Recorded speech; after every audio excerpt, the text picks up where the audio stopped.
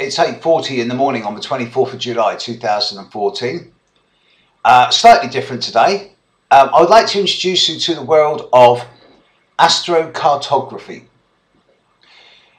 At any given moment, there's a horoscope somewhere on planet Earth. The picture of the planets at the moment you're born represents your own individual chart that is absolutely unique to you and can never be replicated. Even identical twins have slightly different charts. But a few years ago, with the advent of computers, some bright sparks, primarily in America, realised that you could map where these planets are on the position on the surface of the planet Earth. And they came up with a computer program that showed where certain planets were overhead at any given time, either due south if you're on the northern hemisphere, or the other way around if you're in the southern hemisphere. It was also possible to see where certain planets were rising and setting on the horizon at any given time. So, when you put a horoscope on a map of the world, you can see where the planets in your chart were rising or setting or on the overhead at the time of your birth.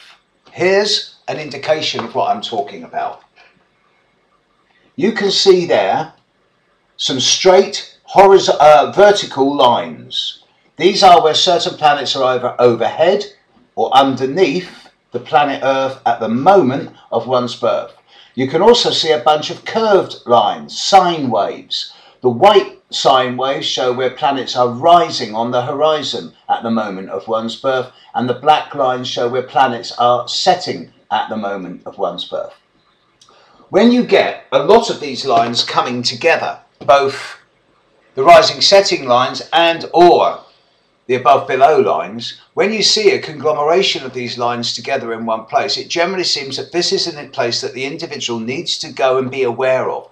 And often, well, always really, when looking at an astrocartography chart, it's possible to be able to say, okay, these are the best 3 places and the worst 3 places in the world to go for something like romance, career, community, finance, residence, relationship.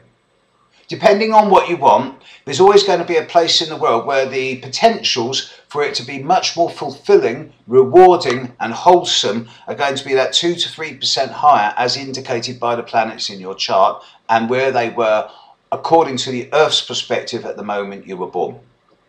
It's not rocket science, actually. It's fairly simple.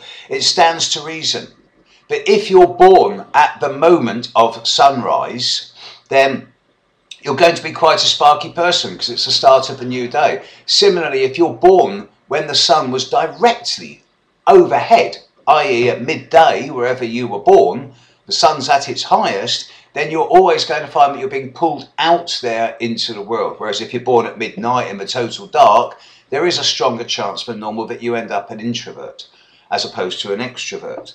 And this is the basis of astrocartography. This is how it's formulated. Now, on the one hand, it's only been around 20 to 30 years since the advent of computers and since computer technology and astrology got together and started writing programs.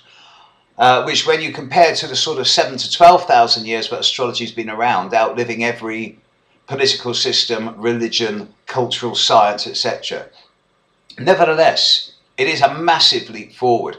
And I've already been sending people, I've sent people from Florida to Seattle to live successfully.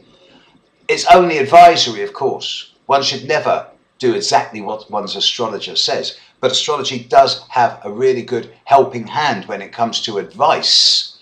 And often when people follow their astrologer's advice, they generally find out that their life works out just that little bit easier. They become that little bit more successful and that little bit more fulfilled.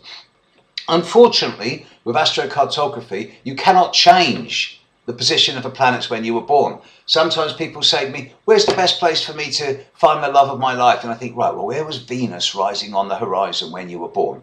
Oh, Afghanistan. Okay, but it's surprising how many people do seem to be born with the planets at exactly the right place for the best circumstances in some of the most beautiful places in the world. I've lost count how many people I've sent to Hawaii or Vancouver or Fortaleza or Ghana, places that are relatively sane and stable. Astrocartography It's like your horoscope. Everyone should do it once, at least, to find out the potentials. Astro mapping, it's here to stay. Catch you later. Bye.